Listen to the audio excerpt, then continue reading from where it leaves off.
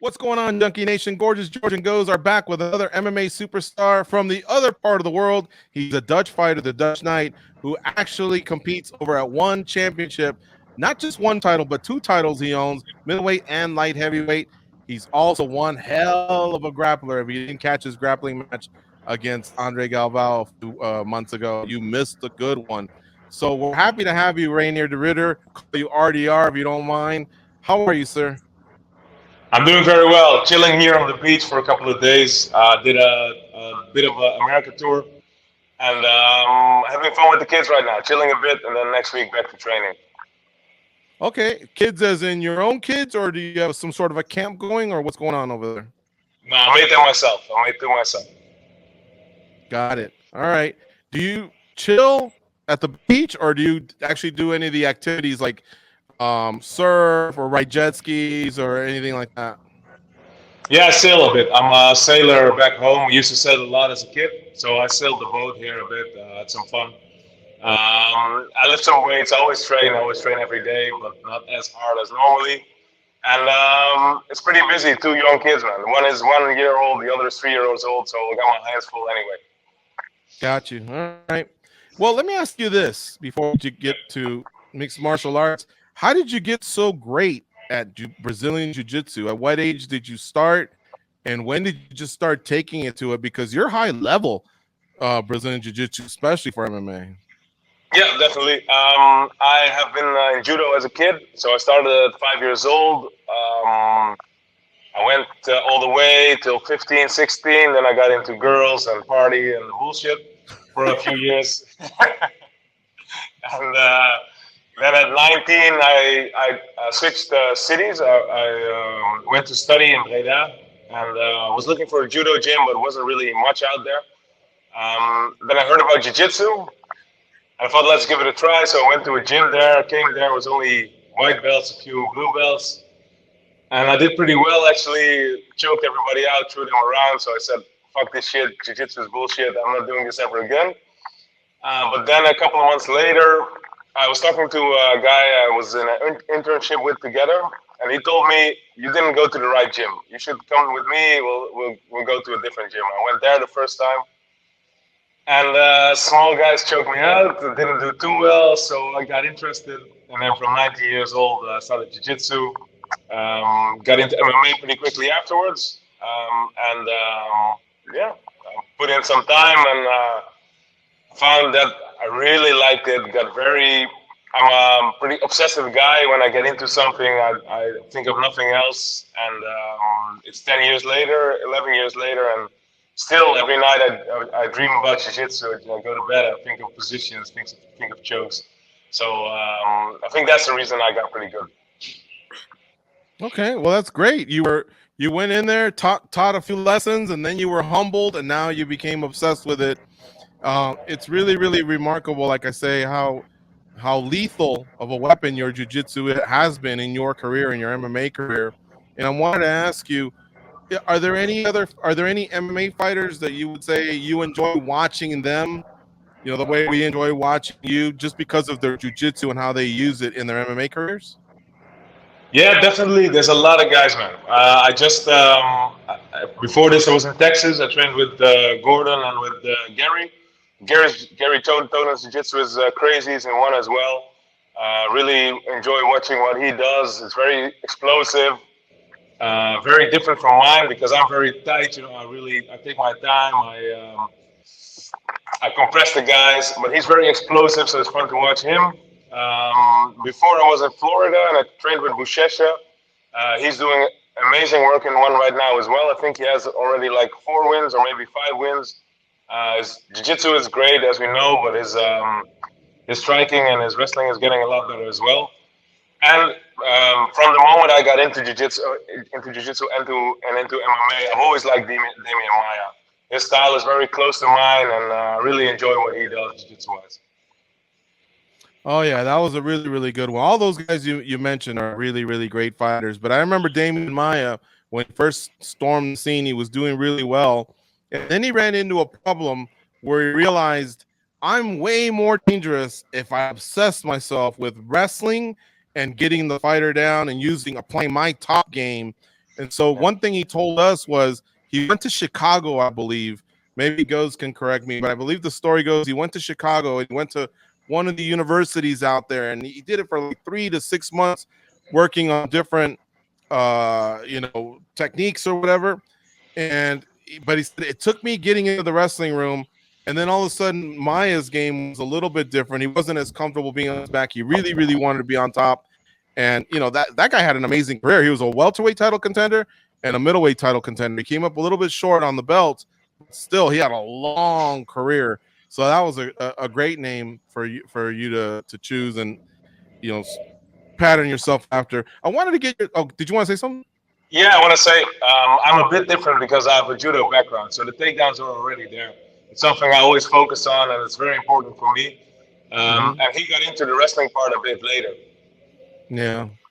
I wanted to ask you, did you happen to catch Claudio Puelles the other day on I saw that. UFC? Yeah, the knee bar, right? The knee bar.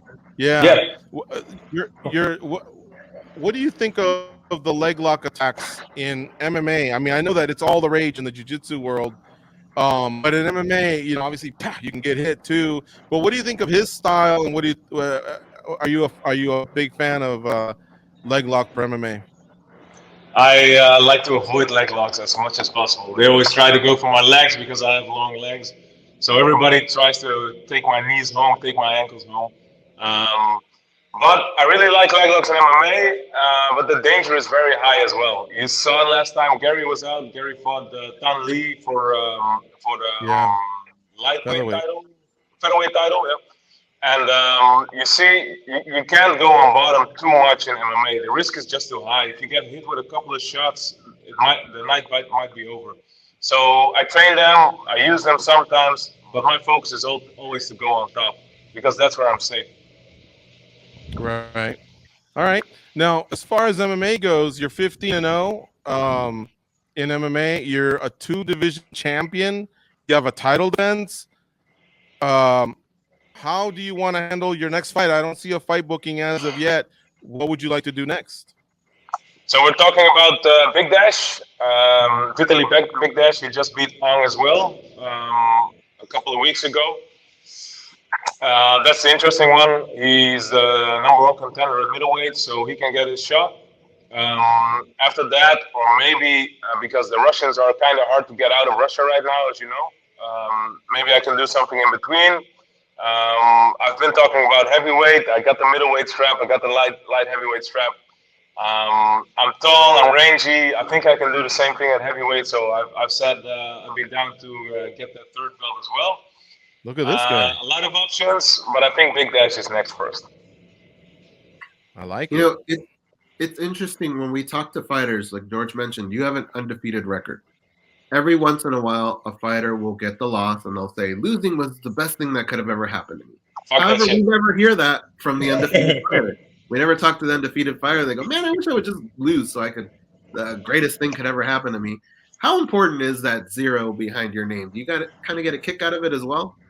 I never think about it, but it's a nice thing to have on my resume because I'm the first and the only undefeated champ in the world. It's nice to have. But I try to stay humble, don't think about that stuff too much. I just see every fight as it goes, just another fight. And I'll always try to stay undefeated. So even though you're undefeated, I mean, that means every fight has basically gone your way. But is there one particular fight that you could point to where you could say, this fighter kind of caught me off guard, did something a little different that I wasn't expecting?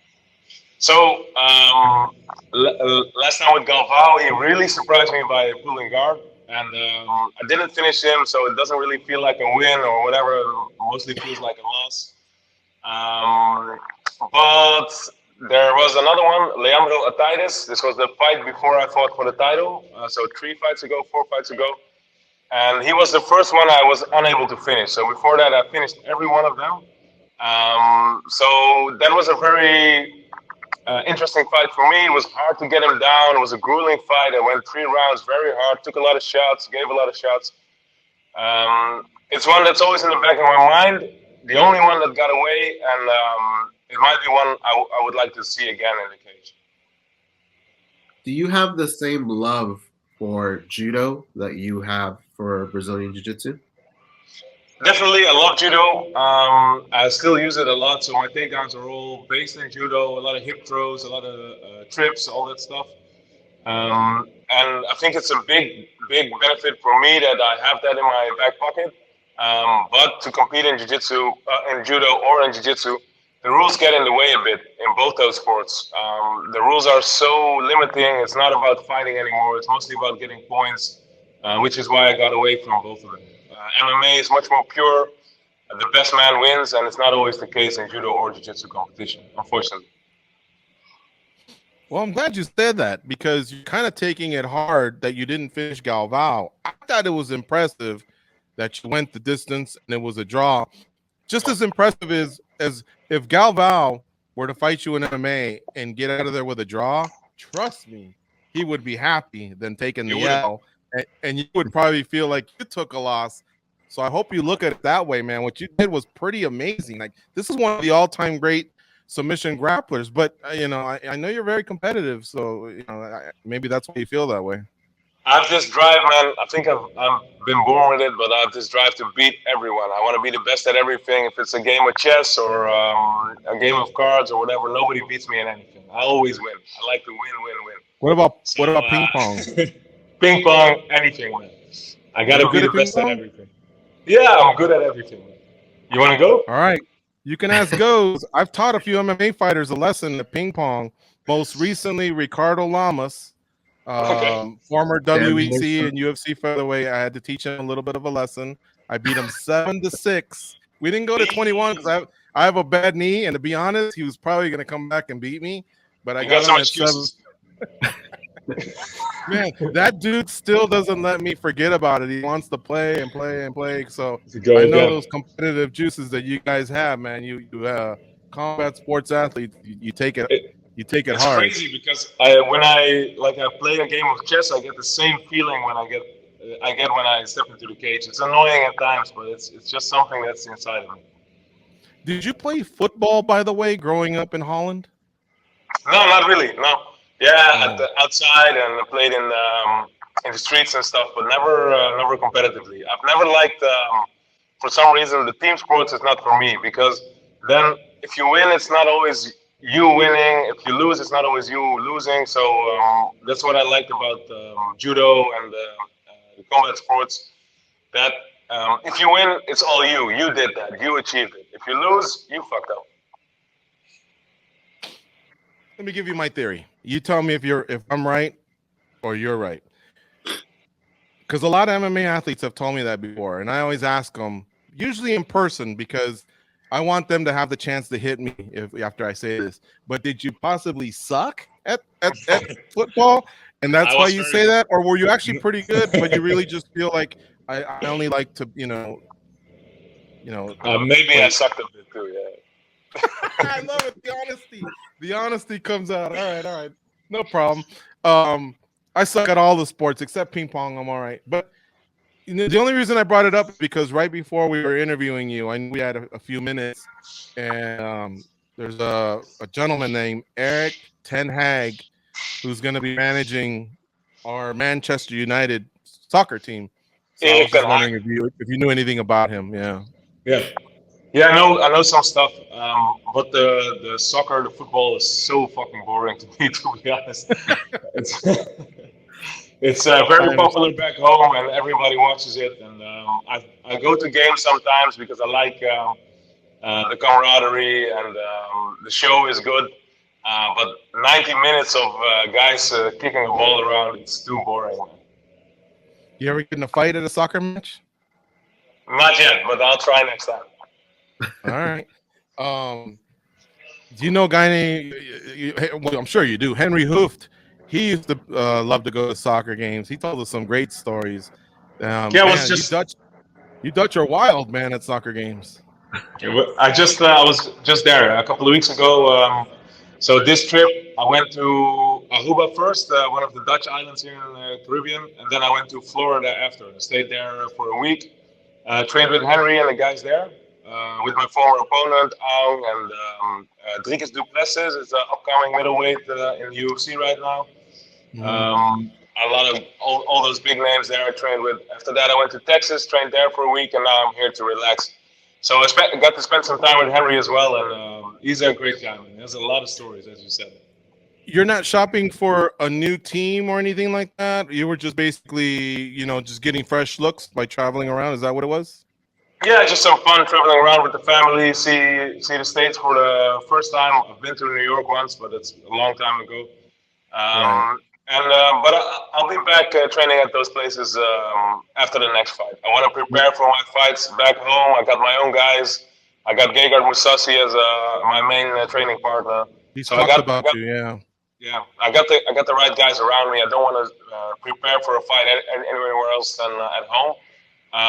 But this is nice, man. It was amazing to train with John Danaher and Gordon Ryan. Those guys are technically on another level. They've taught me a lot and have shown me a lot about the way to train as well. Some stuff that I'll definitely implement back home. At Henry's place, I got a lot of interesting stuff, all stuff I'll be working on. And after the next fight, I think I'll do another one of these tours. I might visit Las Vegas as well. There you go. Play ping pong. Exactly. Yeah. Get my ping pong on.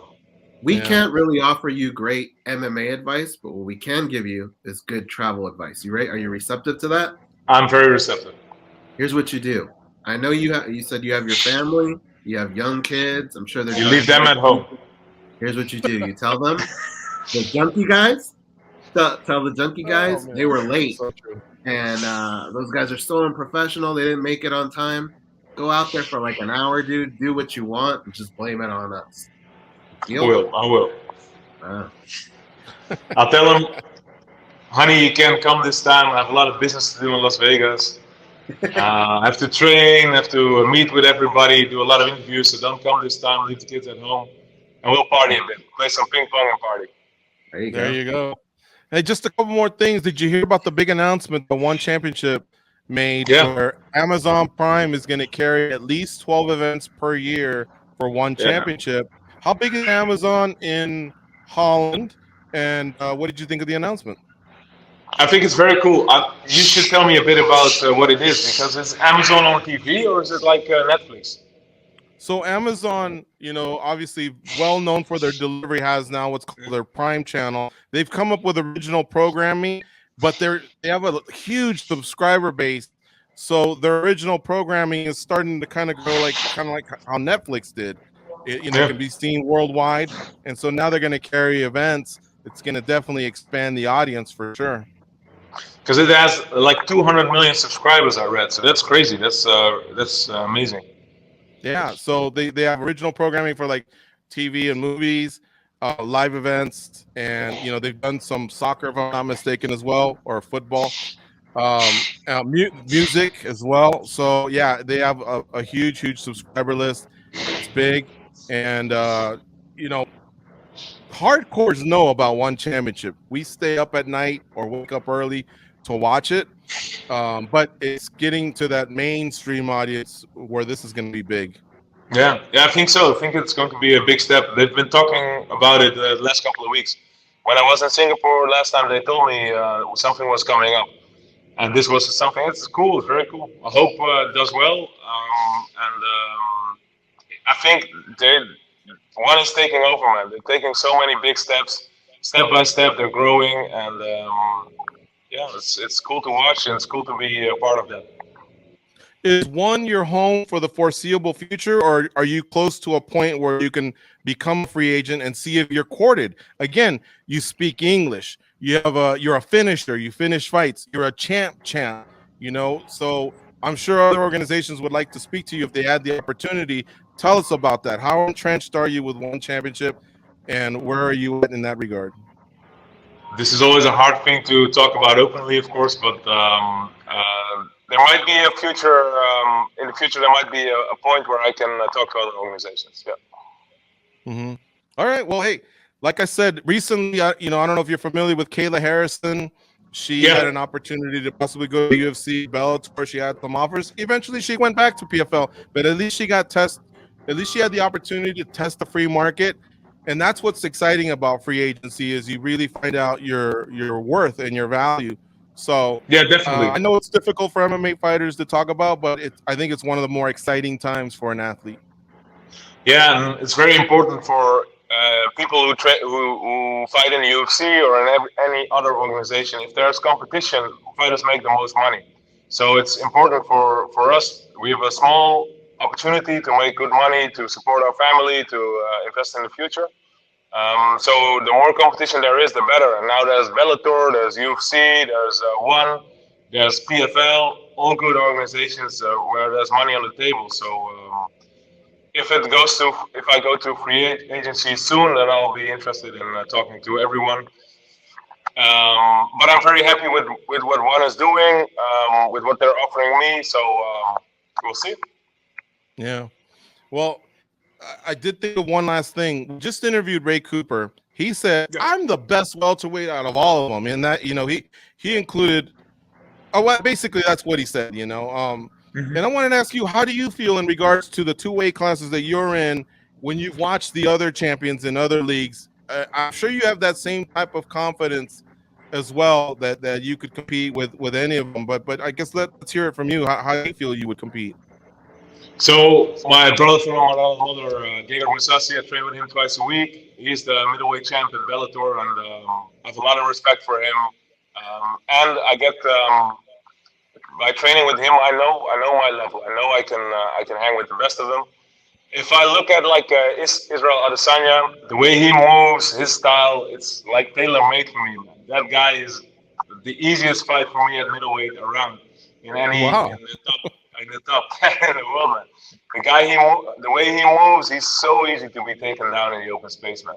His wrestling defense against the wall is amazing. He gets up well. He defends all right on the floor.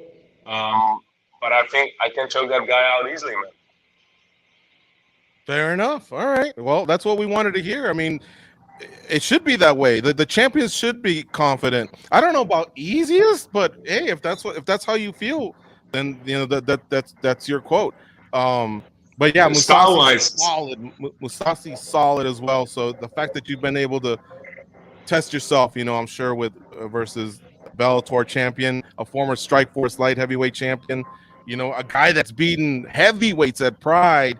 You have a very good idea of where you stand, so that's great. That's what I want to do, man. That's what I want to do in ONE. I want to meet some heavyweights. There you go. We've taken up enough of your time, man. You're in Cancun. Go enjoy paradise. But it was nice to meet you and cover so many topics. And again, respect to your career, man. Champ, undefeated, grappling out there to a draw versus the best. That's great stuff, RDR, man. And more people are going to find out about you through this deal with Amazon and your continual excellence in the ONE Championship cage ring. All right. Thank you, guys. Thanks a lot for your time. I'll come out to Las Vegas next time for some ping pong, and I'll be off to my second breakfast now. All right. We'll see you. Take care.